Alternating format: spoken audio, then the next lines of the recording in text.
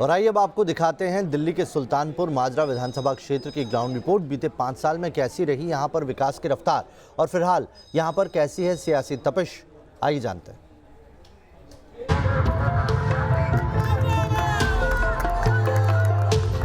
दिल्ली में विधानसभा चुनाव के लिए प्रचार का आज आखिरी दिन है। सत्ता पर कब्जा जमाने के लिए सभी पार्टियां एड़ी चोटी का जोर लगा रही हैं। लेकिन दिल्ली के दिल में क्या है? क्या दिल्ली के इस रण में बीजेपी को मिलेगी बादशाहत? क्या फिर केजरीवाल लगाएंगे हैट्रिक? ऐसे ही सवालों का जवाब जानने के लिए न्यूज नेशन की टीम पहुंची सुल्तानपुर माजरा विधानसभा क्षेत्र का हाल जानने। दिल्ली विधानसभा चुनाव के मद्देनजर सुल्तानपुर माजरा विधानसभा सीट बेहद अहम मानी जाती है। यह सीट 1993 में अस्तित्व में आई। शुरू से ही इस सीट पर कांग्रेस का दबदबा रहा है, लेकिन 2015 में सुल्तानपुर की सल्तनत पर आम आदमी पार्टी ने कब्जा जमा लिया। लेकिन 2020 के विधानसभा चुनाव में सुल्तानपुर की सल्तनत पर कौन कब्जा करेगा, आइए आपको दिखाते हैं। सुल्तानपुर माजरा अनुसूचित जाति के लिए रिजर्व विधानसभा सीट है।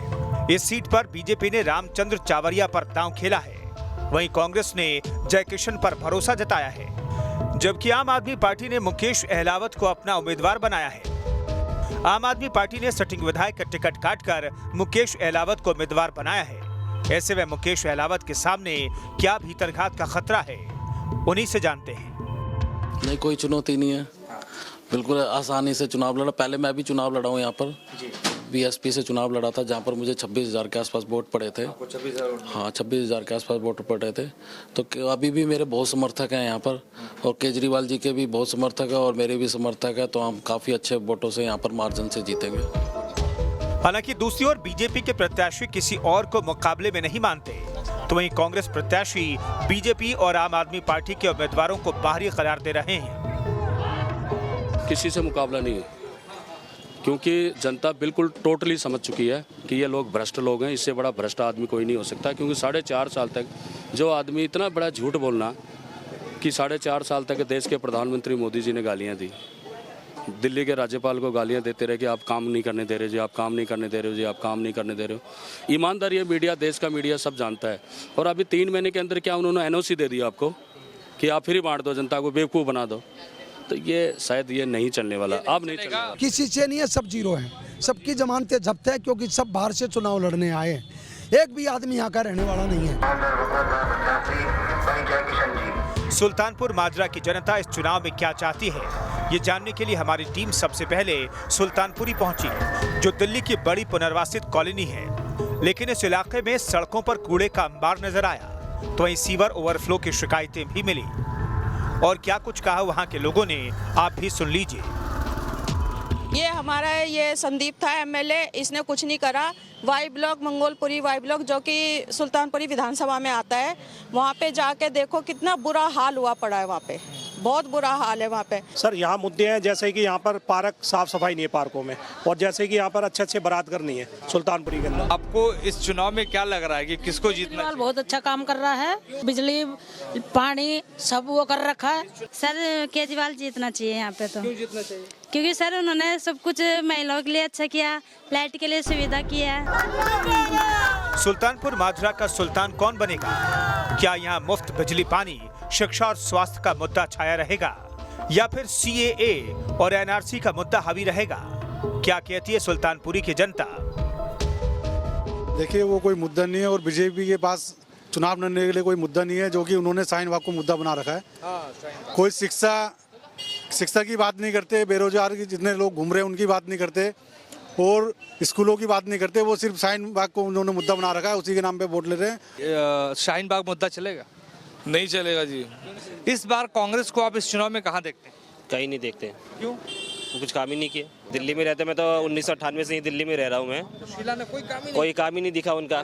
बीजेपी आएगी, इसमें कोई शक नहीं है। बीजेपी आएगी क्योंकि प्रधानमंत्री नरेंद्र मोदी लगातार नरेंद्र मोदी जी जो कहते हैं वही करते हैं। आज तक जो उन्होंने कहा है वो सब सच कहा है। धारा 370 तोड़ दी, राम मंदिर 70 साल पुराना मुद्दा था वो खत्म कर दिया, जो कोई मुद्दा छोड़ा ही नहीं मोदी ने।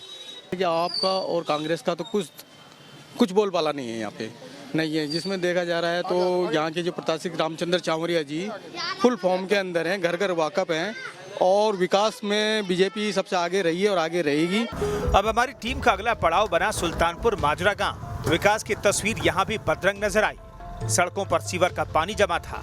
वहीं सार्वजनिक शौचालयों की हालत भी अच्छी नहीं थी। ये तो नेताओं का काम ही है, एक बार वोट के टाइम में आते हैं, फिर अपने आप छुप जाते हैं, फिर उसके बाद कोई सुनता नहीं, कोई देखता नहीं, कोई कुछ करता नहीं। तकरीबन इसको 10-11 साल हो गए हैं और अभी तक ये बनी नहीं है। हमने कंप्लेंट भी करी थी इस चीज़ की, तो नेताओं ने कही थी कि हम सही करवा देंगे उसे, लेकिन आज तक इसकी कार्रवाई नहीं हुई है। जाहिर है सुल्तानपुर माजरा विधानसभा क्षेत्र के अलग अलग इलाकों की तस्वीरें यहाँ की बदहाली को बयां कर रही हैं। बीजेपी के प्रत्याशी इलाके के पिछड़ेपन के लिए कांग्रेस और आम आदमी पार्टी के विधायकों को जिम्मेदार ठहरा रहे हैं। वहीं आम आदमी पार्टी के प्रत्याशी स्वच्छ और स्वस्थ दिल्ली का नारा लगा रहे हैं। पूरा कैमरा लेके पूरी विधानसभा में आप राउंड लगा ले कि 1 रुपए का भी अगर उन्होंने काम किया हो तो आप यहाँ क्षेत्रवासियों से सभी से पूछ लें। अच्छा, ये बताइए, कोई एक सिंगल काम किया हो तो इन्होंने। ये बताइए कि 1-1.5 साल से तो यहाँ पे विधायक ही नहीं है। अब 22 साल तक यहाँ कांग्रेस का विधायक रहा जय किशन। कहीं आपको गलती से एक बोर्ड कहीं टूटा हुआ भी नहीं लगेगा कि भाई जय किशन ने यहाँ उद्घाटन किया या यहाँ कोई काम किया है। कूड़े और मलबे को ढेर को खत्म करने का पूरा प्रयास रहेगा। यहाँ पर कहीं भी कूड़ा मलबा ना हो, स्वच्छ दिल्ली रहे, स्वच्छ सुल्तानपुर रहे, वो करेंगे।